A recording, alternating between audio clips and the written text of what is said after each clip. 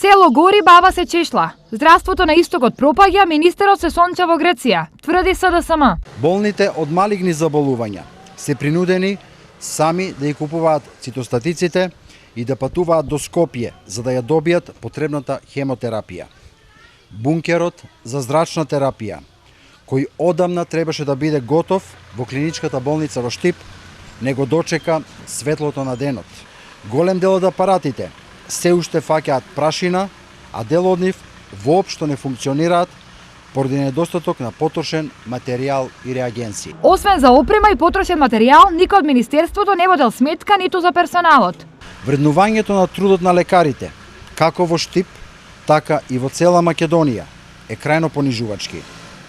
Проектот Плата по учинок е инструмент како постојано неистомисленици да бидат казнувани, а послушниците наградувани. Од друга страна, од клиничката болница по однос на обвинувањата на социјалдемократите го дадоа следниот одговор. Во врска со плаќањето по учинок, лекарите во клиничка болница Штип се исплаќаат 100%, а оние лекари кои што имаат направено повеќе интервенции, значи по проектот за 100 наградени се наградуваат. За прашањето за акцелераторот, значи тоа е работа на проектната единица од Министерство за здравство која ја води таа работа, не клиничката болница, и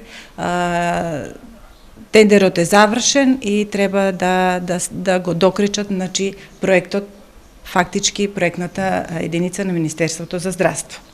Ова е втор прес на СДСМ за една недела на кој се критикува состојбата во клиничката болница.